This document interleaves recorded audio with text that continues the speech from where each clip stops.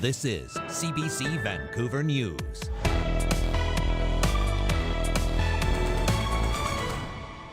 At my limit of my budget. Tonight on CBC Vancouver News, minimum wage struggles, what the pressure is doing to British Columbians. Also,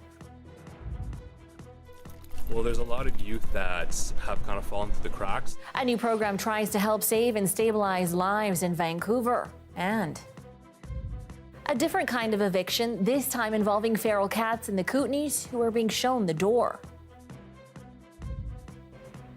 Good evening, I'm Zahra Premji. Dan is away tonight. To our top story, where many BC businesses and workers are anxiously waiting to find out if the provincial government will once again raise the minimum wage. While some workers hope to see it tied to the annual inflation rate, some business owners say that will be an extra squeeze on them. Yasmin Gandam has more. The minimum wage always just keeps going up, but so does everything else. 21-year-old Solana Suplay moved from the Comox Valley to Vancouver earlier this year. She works at a clothing store in Vancouver's Main Street neighborhood and says keeping up with the rising cost of living feels impossible. All we do, basically, it just feels like we work, we pay rent, we have to buy our essentials, and then we just feel like we're left with nothing. She is not alone. Helena Cesena is a part-time student and retail employee who moved to Vancouver from Mexico last year. I'm at my limit of my budget. She says even living with 3 roommates, her current wage doesn't cut it. When you go to the grocery store and you have to decide what you're going to take, like you have to make some cuts and, just balance well what trying to get. So I usually get my groceries hopefully 2 times a month. But it's hard.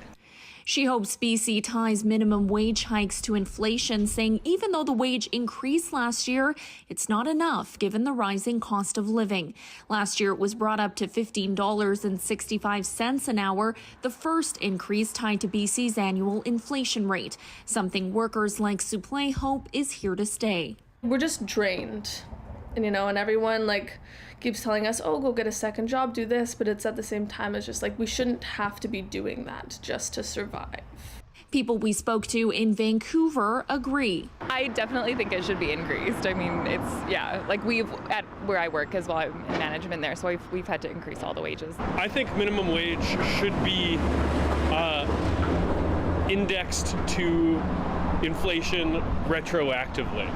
It has been out of pace with inflation for the last 50 years. I make more than minimum wage right now, but I know people who do make minimum wage, and it's a big struggle, and it's been a significantly bigger struggle in the last year or two because inflation is so wildly out of control. CBC reached out to the BC government for comment but did not hear back. BC currently has the highest minimum wage of any province, but it will be $1 less than the federal wage starting April 1st. Yasmin Gandam, CBC News, Vancouver. Well, housing starts in southwest BC were the second highest on record last year, but some experts say it's still not enough for Canada's rapidly growing population. The Chartered Professional Accountants of BC say ground broke on more than 29,000 housing units in 2022. That includes Metro Vancouver, the Sea to Sky region, and the Fraser Valley. But Canada's population increased by over 1 million for the first time last year. Immigrants and temporary residents accounted for 96% of that rise. BC housing advocates say newcomers still face enormous hurdles finding affordable housing. Well, a driver has been killed in a crash in Surrey just after midnight. The RCMP says a Jaguar was heading west on 72nd Avenue between 130th and 132nd Streets when the driver lost control and hit the median. He was rushed to hospital and later died. The car mangled beyond recognition, and Mounties say they believe speed played a major role in the crash. The road was closed for hours, forcing drivers to avoid the area during the morning commute, and police are asking anyone with dash cam footage from the area between midnight and 12:15 this morning to contact them. Chilliwack RCMP is asking for your help to identify a woman they believe is involved in a series of unusual ATM thefts in the Fraser Valley. Now, police say the suspect, posing as a janitor, is alleged to have stolen large sums of cash from 4 different machines. Surveillance video shows her wearing janitor's clothing, right down to a backpack-style vacuum cleaner. The investigation led to a search warrant at an address in Nanaimo. Police say they seized a large amount of cash and several high-value assets at the home, and they're still trying to identify the woman and a vehicle they think is linked to the crimes. Well, a new outreach program is helping vulnerable young people in Vancouver's downtown east side. Coastal Health says there is a high demand to support and protect at-risk youth. As Benit Braich reports, the support means developing connections and trust on the ground. This youth worker gears up with the essentials for the day ahead. A naloxone kit, snacks, and even harm reduction supplies. This team steps to the streets of Vancouver's downtown east side, offering a helping hand to any vulnerable youth. Well, there's a lot of youth that have kind of fallen through the cracks, and a lot of people believe that there are no youth in the downtown east side. This program has kind of highlighted the fact that there are a lot of clients down here, and they deserve the amount of resources and the amount of support that everyone else kind of gets as well. Some youth are referred to the program. Others, this team finds walking in the area. We kind of go outside, we look for them in the downtown east side, we look for them in alleyways. They direct youth to supports like medical and social services, or simply try to put a smile on their face. I kind of ask them what's their favorite snack, and I tell them, like, next time I see you, I'll have that snack with me, just to kind of build that trust. The program has been underway for 6 months, but the team says establishing relationships can take much longer. The efforts are centered on trust, patience, and understanding the complex hardships youth are facing.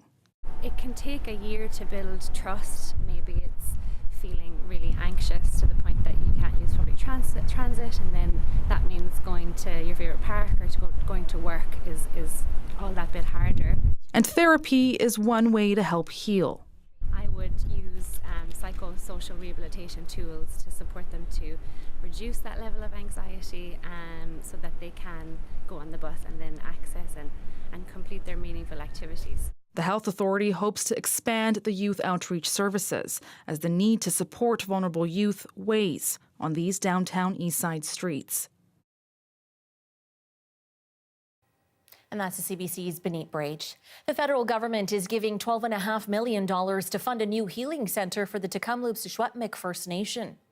It has been nearly 2 years since suspected grave sites were discovered at the former Kamloops Indian Residential School, sparking a national reckoning around Canada's treatment of Indigenous people. The Tecumseh leadership say these funds will be spent helping residential school survivors and their families heal. There's no date yet for when the healing centre will open. To Kelowna now, where the province announced a new urgent primary care centre and community health centre will open this fall in the Rutland area. We'll provide urgent primary care services to people living in the community who need to see a healthcare provider within 12 to 24 hours, but do not require a visit to an emergency department. 31 full-time jobs, including family doctors and nurse practitioners, are set to be part of the new centre. Well, the province is looking to double the number of veterinary students that it subsidizes amid a well-documented shortage of animal doctors. The $22 million investment will spread out over 3 years and means that 40 students can now attend the Western College of Veterinary Medicine in Saskatchewan before coming back to our province to practice. None of BC's colleges and universities currently offer a post-secondary vet medicine program, despite the shortage in recent years, especially in rural areas, making it harder for farmers and pet owners to get timely care for their animals. Well, a new report is shedding some light on why southern resident killer whale population is declining. The Pacific Northwest's endangered whales, which have long suffered from starvation and pollution, may be dying because of inbreeding. The journal Nature, Ecology and Evolution suggests the whales are so inbred that they are dying younger and their population is not recovering.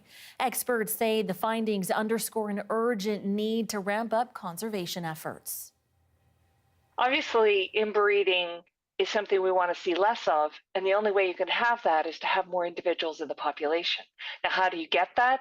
You do it by increasing their access to Chinook salmon, reducing pollution in their environment, and reducing noise and disturbance. Researchers say the southern resident orcas haven't regularly interbred like this in 30 generations. 73 remain in our waters. Well, 2 important votes are landing in front of Vancouver City Councillors next week, and both concern the future redevelopment of the Broadway corridor. Our municipal affairs reporter Justin McElroy takes us through the upcoming votes.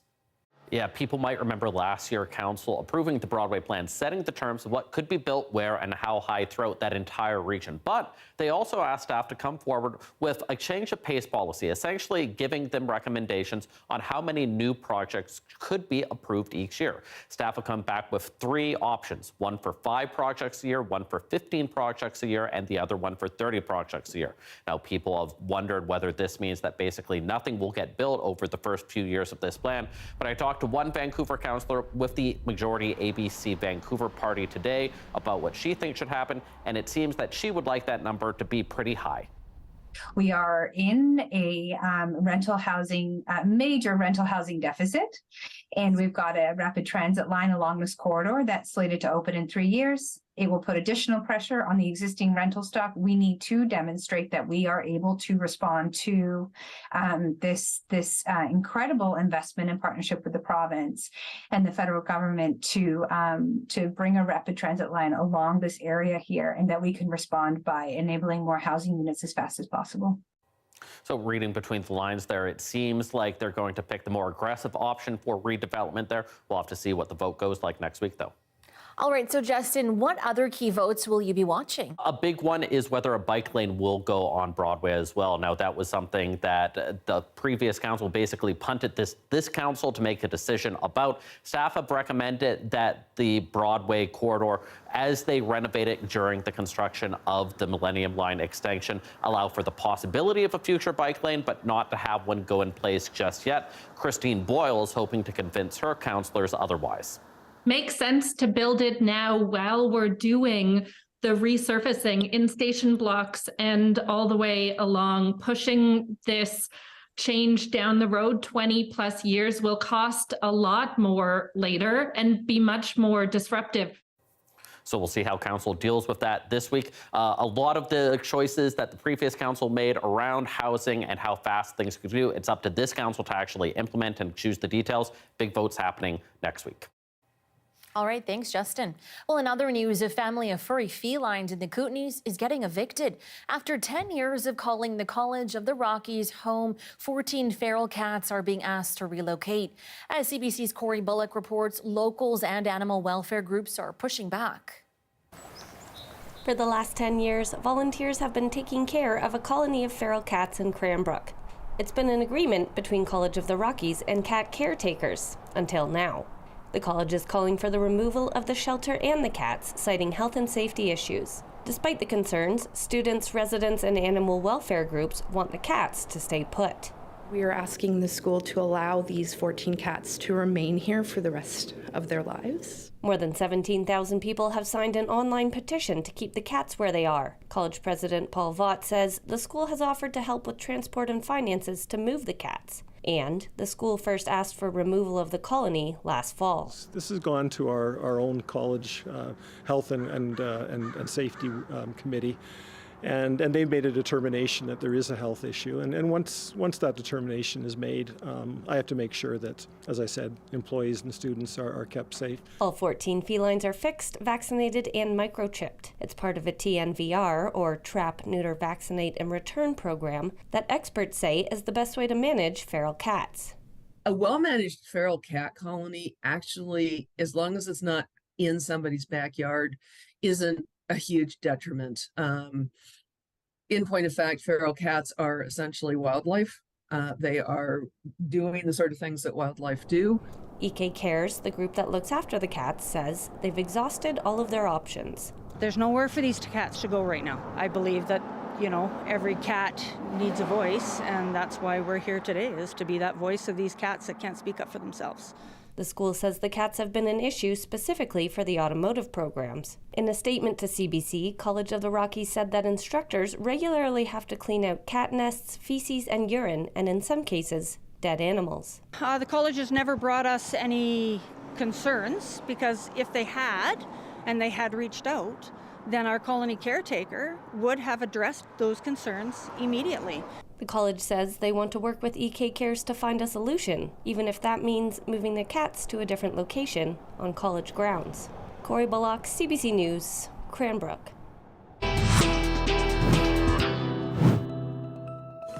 A magnitude 5.6 earthquake struck Alberta last November. It was one of the largest ever recorded in that province. Now a study says the cause is likely different than originally thought. We'll have more on that coming up.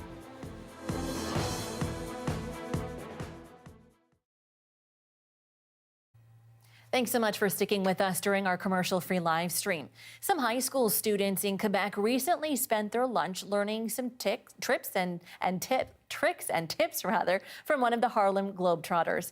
Maxwell Hop Pierce was in town ahead of their visit to Montreal at the end of the month. Kwabina Oduro caught up with the students and challenged Pierce to a little competition. Christian Rule Taylor now has bragging rights. Even though I might think I'm the shortest guy, if I could score on one of the Globetrotters, I could do some, you know? I've done this with 68 schools. Maxwell Hops Pierce stopped by Burling Academy. The Harlem Globetrotter showed students some of his tricks, how to dribble, pass, spin the ball on their fingers, and even some one-on-one. You gotta take that leap of faith. And shared some words of wisdom. There's more to me than just basketball. I have other interests and passions, and I want to inspire them to pour time into that and cultivate those things, because you can't dribble forever. And for all you know, this could be a tool or a door opener to get you into something else that you like. It has been for me. While some students are fascinated by Pierce's basketball skills, others are taking his guidance to heart. I mean, it's not a sprint, it's a marathon. You know, and like how to just take it easy in life, you know. Go one step by next step. Not everything's gonna happen right away, but if like you really want something to, like if you're really passionate about it, then keep on doing it. So I'm going to challenge Hops to a trick shot competition. Let's see how that goes. There we go.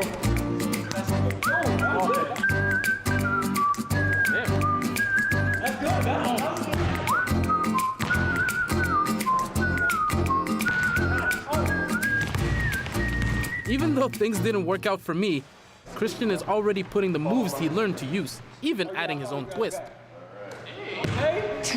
Really good. Definitely boost my confidence like way more. It's my favorite thing about being a Globetrotter, to be able to speak to the kids, because I was a kid who was so shy and didn't want to participate in anything because I was afraid of how people looked at me. I was afraid of how people might judge me. Christian says it's advice he'll take with him as he works towards his dream of one day playing basketball professionally. Kwabina Oduro, CBC News, Montreal.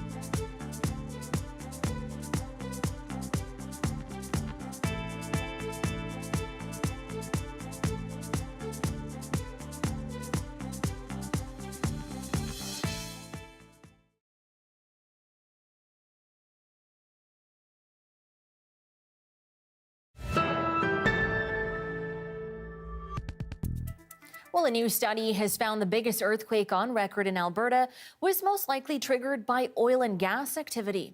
The Peace River region was rocked by quakes at the end of November last year, including one measuring 5.6. The tremors were felt as far away as Edmonton and even northern BC. Initially, energy regulators said natural tectonic activity was responsible, but now Canadian and U.S. scientists say wastewater disposal was the likely cause. For more, we turn to CBC meteorologist and seismologist Johanna Wagstaffe. Now, Joe, let's get into the details. What exactly did the study find?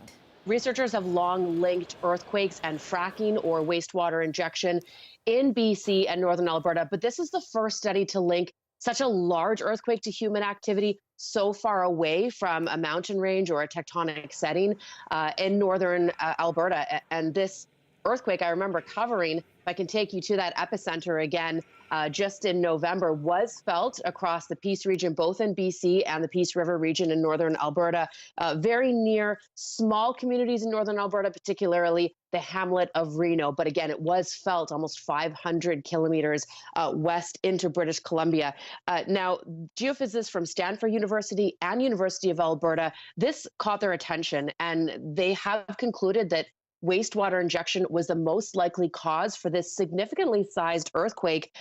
This particular injection site is for bitumen, which is a sticky type of oil, and the best way to get it out is through hot water injection. You're looking at a schematic of that very site. So the wastewater would go back down and lubricate old fault lines. And in this case, it was an unknown but old fault line that was triggered, so to speak, by the injection of that wastewater. Now, interestingly, this particular site, the Peace River injection site, it's estimated that since operations began, about 40,000 Olympic-sized swimming pools worth of wastewater has been re-injected into the ground. So this is a concern moving forward, reactivating old fault lines. And if that magnitude 5.6 had been closer to a larger population, it definitely could have caused damage. But it's also a concern for CO2 disposal. And as we see more CO2 being stored underground to mitigate climate change, this is also a concern. So the researchers say coming out of this study, more seismic monitoring stations are needed near these kinds of sites to help us understand the mechanisms better moving forward. All right, thanks, Joe. Well, Zellers is now officially back in business in Canada with the opening of a dozen stores in Alberta and Ontario today. This is all so nice and bright and clean, and every shelf's just full of stuff, so it's exciting to just see Zellers back and check everything out again.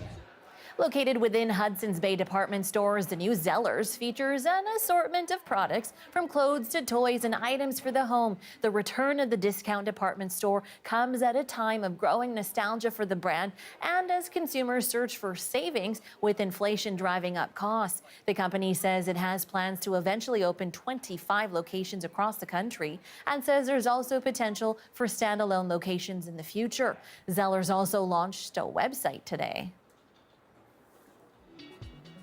All right, this was sunset this evening over Vanier Park. Johanna will be back with your full forecast next.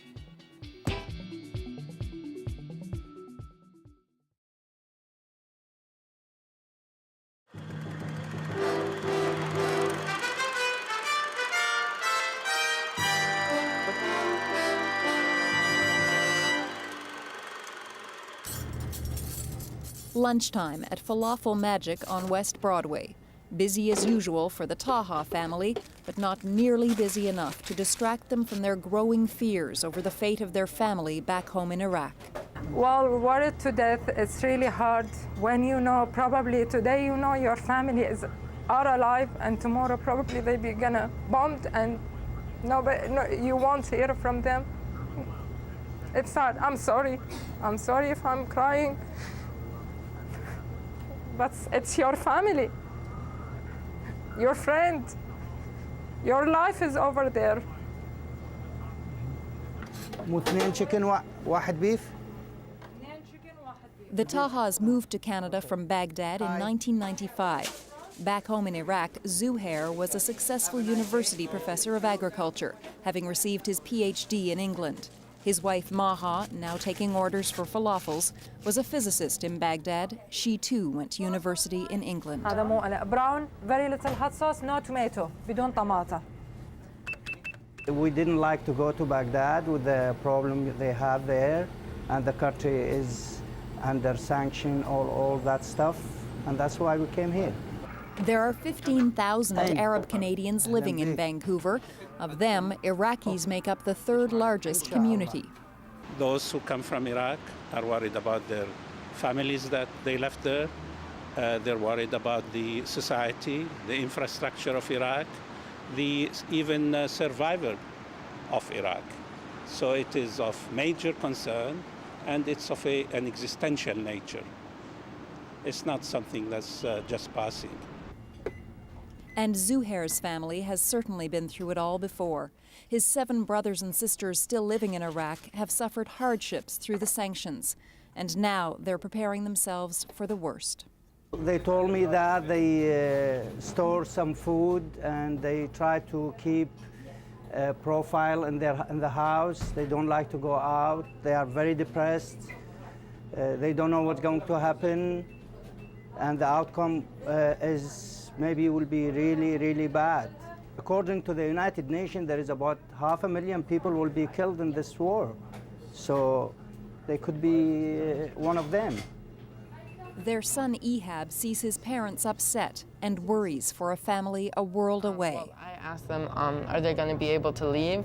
Well, it's not that, my father told me it's not that easy for them. Last Persian Gulf War, they did leave Baghdad because it's so, like, it's not safe there. But this one, I'm not exactly sure because, like, the government is, like, my father said, very strict, and it's very hard for them, like, to leave a place where they've been living for, like, generations and stuff. My son? Well, I tell him that just live your life in peace.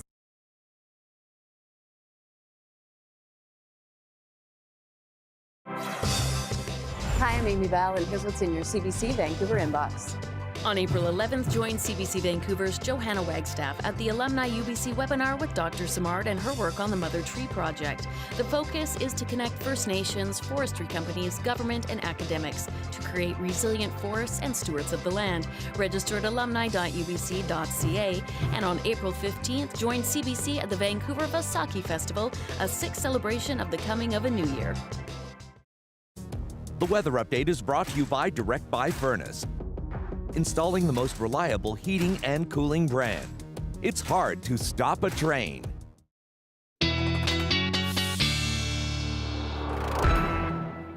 Okay, so a little bit of rain or a lot of rain. Let's bring in resident meteorologist Johanna Wagstaffe to talk wet weather. Jo, give me the good stuff.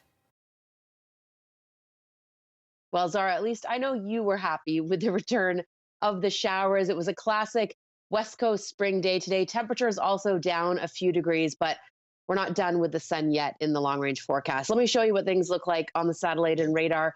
A little bit of a trough moved into our neck of the woods overnight last night, and you can see sort of the clouds and showers lingering right along the coast. This will work its way into the interior for tomorrow. So I know you had another day of sunshine in through the Okanagan and the Kootenays. Your rain is coming tomorrow afternoon. So looking to get maybe another 5 to 10 millimeters overnight.